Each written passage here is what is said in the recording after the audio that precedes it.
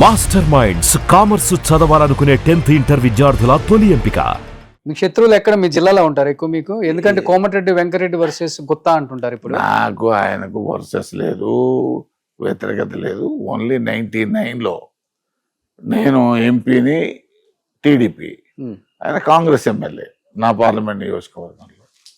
అంతవరకు తర్వాత 2004లో నేను ఆయన ఇద్దరం పోటీ చేసుకున్నాం. ఆయన కాంగ్రెస్ అభ్యర్థి, నేను టీడీపీ అభ్యర్థి. నేను ఓడిపోయినాను, ఆయన గెలిచినాడు. 2009కి వచ్చే వరకు నేను కాంగ్రెస్ పార్లమెంట్ అభ్యర్థిని, ఆయన కాంగ్రెస్ ఎమ్మెల్యే అభ్యర్థి. 14లో నేను ఎంపీ అభ్యర్థిని, ఆయన కాంగ్రెస్ పార్టీ ఎమ్మెల్యే అభ్యర్థి. కలిసే పనిచేసినాం, కలిసే ఉన్నాం. కాబట్టి వ్యక్తిగతంగా లేదు. ఒకవేళ వాళ్ళకున్నా నేను పెట్టుకోను. అదే ఉన్నమాట వాస్తవం. అయితే ఒకవేళ వాళ్ళ మనసులో ఉన్నా నేను మాత్రం పెట్టుకోను, అవసరం లేదు. ఈ స్థాయికి వచ్చినాము, ఈ వయసు వచ్చిన తర్వాత తగాదాలు పడి ఏం చేసేది ఉంది? అందరం కూడా జిల్లా కొరకు లేకపోతే రాష్ట్రం కొరకు, అభివృద్ధి కొరకు పనిచేయాలి తప్ప తగాదాలు పడుతూ వచ్చేది ఉండదు, నష్టం తప్ప. అంతే. కానీ ఇప్పుడు మీ పక్కన ఉన్నారు జగదీష్ గారు, మాజీ మంత్రి బీఆర్ఎస్లో. ఆయనకి మీకు అసలు పచ్చగడ్డేస్తే బగ్గమంటుందా అన్న మాట వాస్తవం అండి? అంటే ఒక విషయం, మేము కూడా ఎప్పుడు కూడా డైరెక్ట్ కన్ఫంట్రేషన్ లేదు, లేకపోతే తగాదా పడాలి, ఆయన ఒకటి చెప్తే నేను ఒకటి చెప్పేది లేదు. రాజకీయ నాయకుల మధ్యలో ఒకే సందర్భంలో తగాదాలు వస్తాయి. ఎప్పుడు వస్తాయంటే ఉద్యోగస్తుల విషయాల్లో వస్తాయి. ఆయన ఒక పేరు చెప్తే నేను ఒక పేరు చెప్తే తగాదా వస్తాయి. నేను అసలు ఇన్వాల్వే కాను. ప్రభుత్వంలో వాళ్ళు మంత్రులుగా ఉన్నప్పుడు వాళ్ళు చేసే పని వాళ్ళు చేసుకుంటారు, నాకు ఆ ఇబ్బంది లేదు.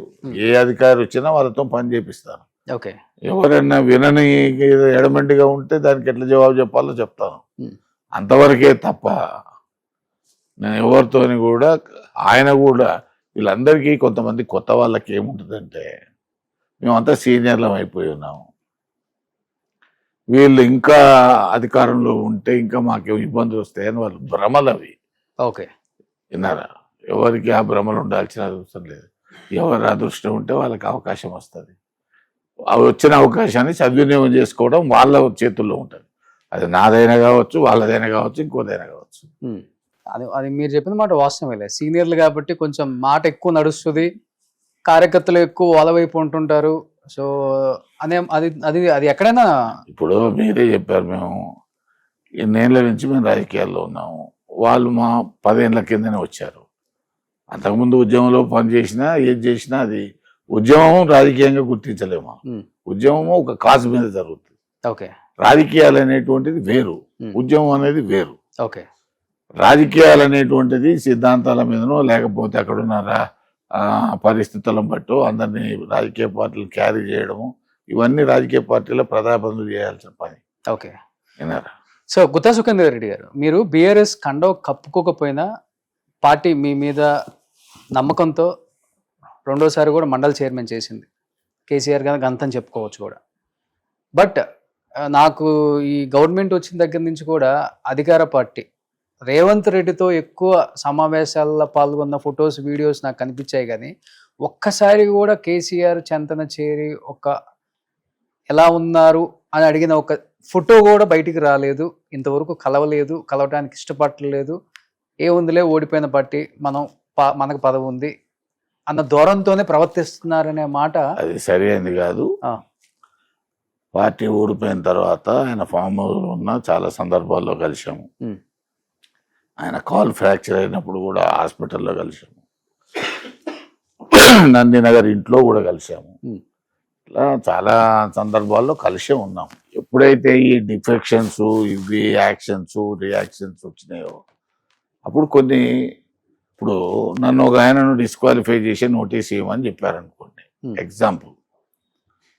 నేనే కాంగ్రెస్ పార్టీకి వెళ్ళి వచ్చి నీ పార్టీలో పనిచేసినాను ఎంపీగా, వాళ్ళు నాకు డిఫెక్షన్ నోటీస్ ఇవ్వలేదు. కానీ నా మనసుకైతే తెలుసు కదా, నేను కాంగ్రెస్ పార్టీ నన్ను గెలిపించింది, నేను టీఆర్ఎస్కి సపోర్ట్ చేస్తున్నాను అనేటువంటి విషయం నాకు తెలుసు కదా.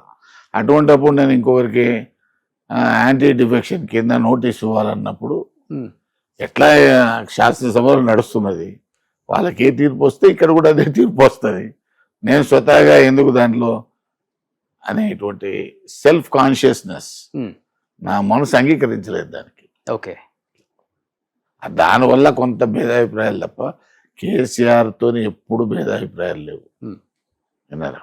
ఎప్పుడు మీకు ఇచ్చే గౌరవం మీకు ఇస్తారు.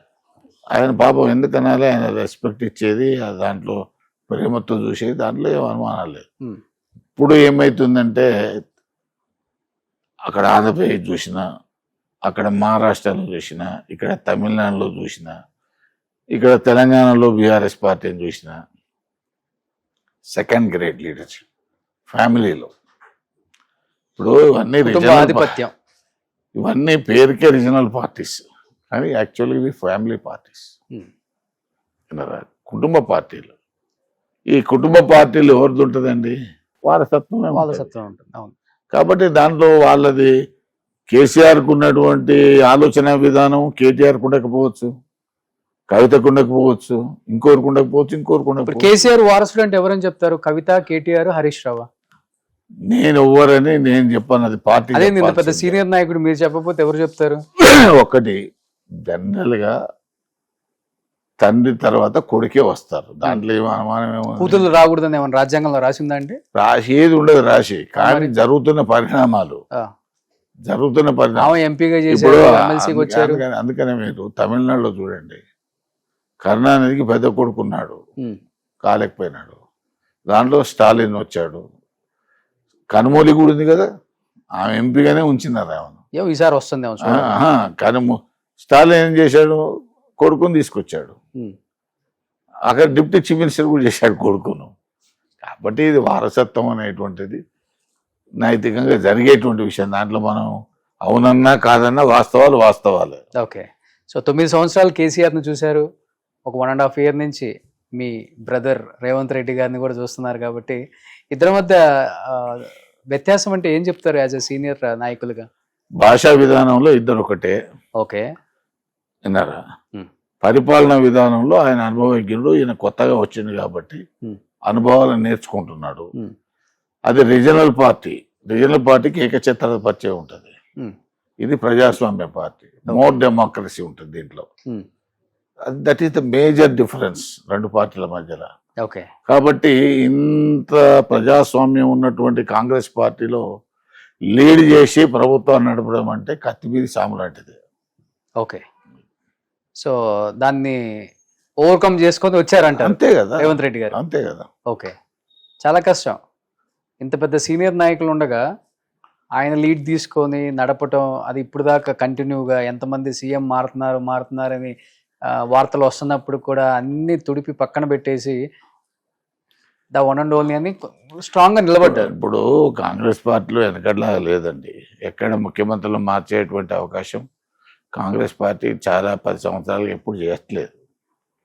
మీరు అది అంతా రాజీవ్ గాంధీ హయాం వరకే జరిగింది తప్ప. అవును.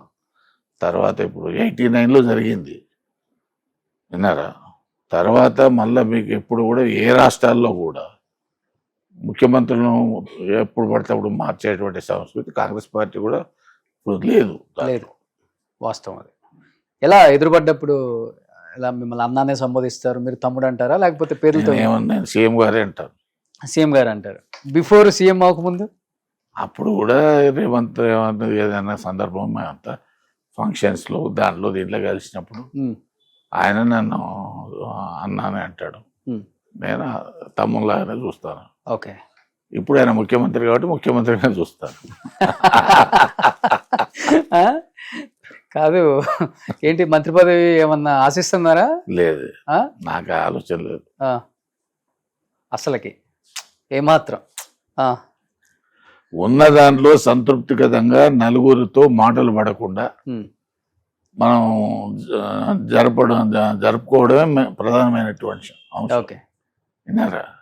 ఇంకేదో ఆశలకు పోవాల్సిన అవసరం లేదు. సుమన్ టీవీలో మీ పర్సనల్ అండ్ బిజినెస్ ప్రమోషన్స్ కోసం కింది నెంబర్కి కాంటాక్ట్ చేయండి.